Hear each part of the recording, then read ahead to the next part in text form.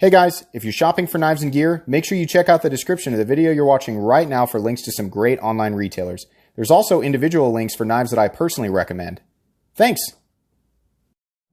What's going on YouTube? Metal Complex here, and today I want to talk about how my knife reviews are going to change as we transition into 2021. I've had an enormous amount of feedback, of course, and that coupled with my analytics, I can look back through and see how long people watch, how many people watch certain videos, things like that. 700 and something uploads this last year, and I've been doing the same review format for the entire year, so I have a lot to go on. And what I've decided to do is change some things that I think people are less interested in and focus on stuff that I've noticed people are more interested in. And it's largely in the beginning of my reviews. If you're new to my channel, then this is just going to be, you're not probably going to notice it very much. But if you've been around for a while, then you kind of know how I do my reviews. I generally open up with measurements, and we move into size comparisons, and we move into hardware check, things like that. We talk about action, right? There's a little bit too much in that first part. The CVV Praxis is serving as the example knife today. A little bit too much in that first part. We spend too much time, generally 6, 7, sometimes 8 minutes going over specs. Oh my God. Listen, the specs are important in a review, definitely. But you're not coming here for the specs. You're probably coming here to hear my thoughts on the knife, right? So the specs, I'm going to condense that quite a bit. It is my goal to be done with specs at the 3-minute mark of every review, so that we're not just trudging through that. I want to get into the thoughts, get into my opinions, right, and talk about the knife itself. I feel like that's just from the feedback that I've got from everybody, and again, my analytics, I can see that, people dropping off before the actual knife review begins. Yeah, it's time to shorten that up. So I'm going to explain, kind of give you guys an example review. I'm going to kind of explain exactly how I'm going to do things so you guys can know what to expect. Keep in mind, this isn't going to immediately take place because I've always got 30 to 40 videos that are scheduled and ready to upload, and a lot of these were recorded quite a ways back. So you're going to see this full transition take place somewhere around the middle of January towards the end of January. But essentially, my videos are going to start off with my usual intro, and then I'm going to thank my patrons, say thanks so much for supporting me. There's a link for my Patreon right down below. I'm going to say please follow me on Instagram at metal_complex. After that, we're going to go right into the measurements of the knife. After that, we're going to go right into size comparisons. So this is the first major change you're going to notice. We're going to still use the Ontario Rat 1, but also at the same time, I'm going to be laying out a Rat 2 down here, which I don't have yet. It's on order. I don't know why I don't have that knife. It's kind of blasphemy, right?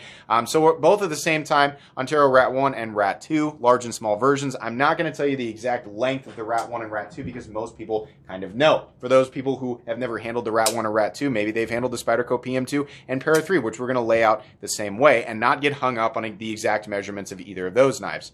And then after that, the final one, the Benchmade Griptilian, or in this case, the Ritter Hogue, and the Benchmade Mini Griptilian, which again is kind of a big brother, little brother situation. I know that there are a million different people out there who have a million different opinions on exactly which knives I should be laying out and doing the comparisons with. This is based on a year of watching and listening and seeing all of it. So I get that you might, well, you should put it up against the Mini Sheepdog, or you should put it up against, some custom knife. Nope, sorry, I'm not going to do that. I'm pretty set in exactly how I'm going to do this. So while I do respect your opinion, I am going to keep it exactly this way. This allows me to get through the size comparisons quickly and show you guys some very easily identifiable models, both large and small. I think most people will agree with me that over the last decade, the PM2, Para 3, Benchmade Griptilian, Mini Griptilian, and the Rat 2 and Rat 1 are some of the most easily recognizable large and small big brother, little brother folding knives that are out there, and that's going to do it for the vast majority of people. I cannot make every last person happy, so that's not really my goal. My goal is to make it easy and quick and informative for the vast majority of people who watch my channel. After that, we're not going to talk about action. Action is something that I'm going to start talking about later in the review. I think it couples better with other things like ergonomics and, just other parts of the review that I want to offer more information. I want to talk about. It's better that I talk about them together and not really talk about action when we're talking about specs. We will still do a hardware check, in which case I'll get out my tools and say, here's my tools. They're very recommendable, very inexpensive. You can find them down in the description. Then I'll proceed to check the hardware. In some cases, I'll check both the pivot and the handle screws if I don't know exactly what they are. If I can tell, and in this case, this is all T8s, right? If I can tell, I'll probably just move on, or I'll do the pivot and say the screws are obviously T6. I won't get hung up on my opinions about T6. I'm just going to tell you what they are, and then you can do with that information what you're going to do. We're still going to do profile and thickness up against the Spyderco Para 3. I think it's a good measurement of thickness, but I'm not going to explain why every single time. I'm just going to put it up against that so people know. We're still going to go height and length up against the PM2 and Para 3, but we're not going to talk much more about it. We're just going to say, in this case, it's longer than the Para 3, it's shorter than the PM2, and not quite as tall, right? That's all the information you need. I get so hung. I'm mostly making fun of myself because I get so hung up on these parts of my reviews, and I say the same things. Oh, two knives that have awkward carry profiles that nobody ever really complains about, right? And then I get lost in the whole explaining why people. You guys don't need to know that over and over and over again, right? And new people can kind of figure out for themselves, like, this is a generic, like, this is a good comparison. This is what people, a lot of people own this knife or know what this knife, and even new people, right? A lot of times they get kind of directed towards those knives, so it's likely that a lot of people watching own some of the knives that I'm using to compare to, or have a general idea of dimensions, even if they don't own it, right? So we'll move on from there. After that, we'll still do blade stock thickness, measure it. I'll tell you guys what we're looking at in terms of hardware, whether or not it's milled out on the inside, so that when I do the weight, it kind of makes sense, or you have a little bit of a precursor, an idea in your head as to why it weighs that much, right? In this case, 4.37 ounces.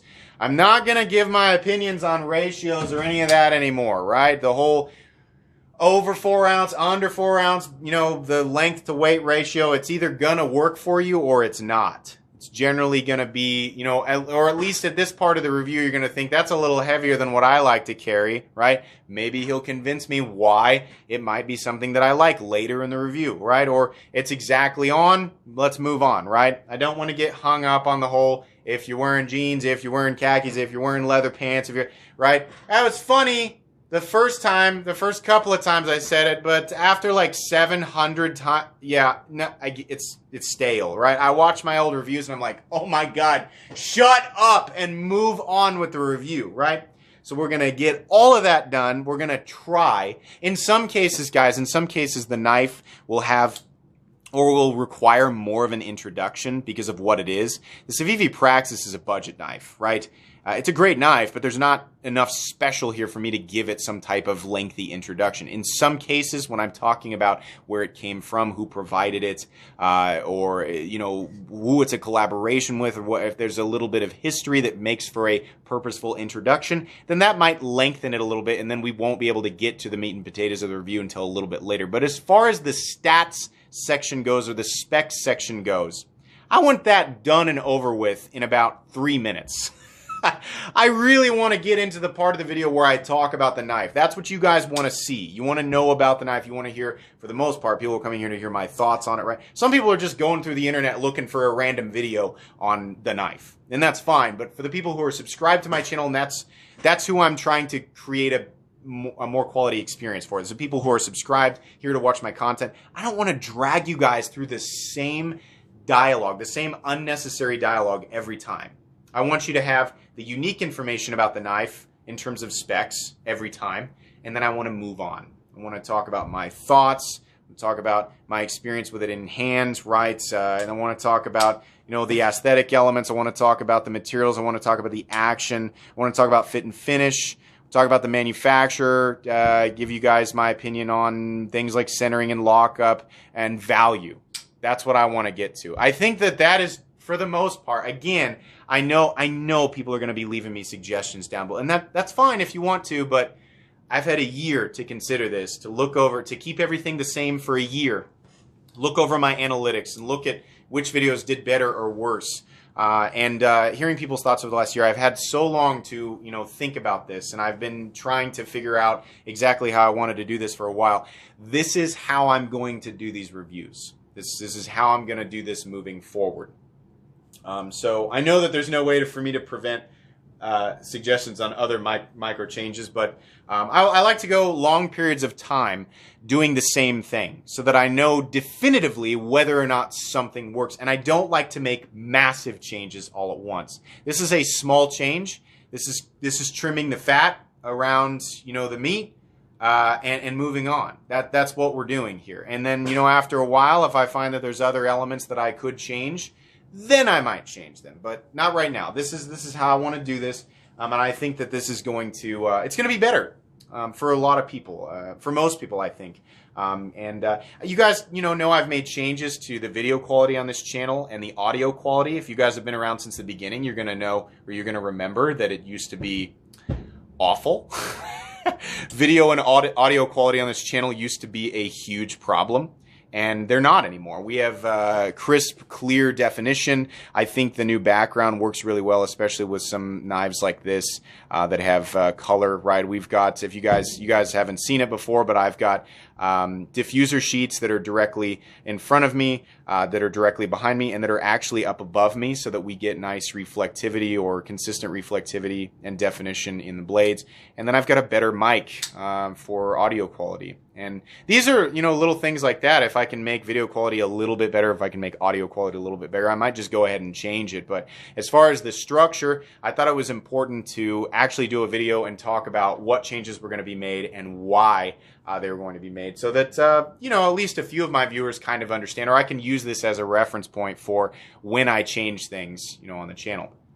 But I'm looking forward to a much better 2021. This channel saw fantastic growth, and I very much appreciate everybody who watched and subscribed and who's been enjoying my content. But I will never stop trying to make this channel better, because I plan on continuing to bring you guys content for a very long time.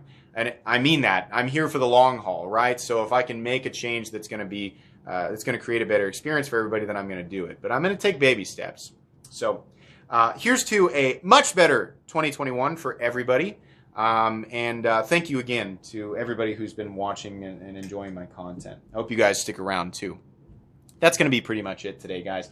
Please make sure to follow me on Instagram at metal_complex. If you are on board with this, or you're just feeling positive in any way, shape, or form, please leave a like. If you'd like to check out my other content, I do, of course, have lots of videos of knives that are either expensive or inexpensive that I do or don't like, so check those out. And if you enjoy all my content, go ahead and click on that Metal Complex logo right there and subscribe, because there's definitely more coming. Thanks again for watching, everybody, and have a great day.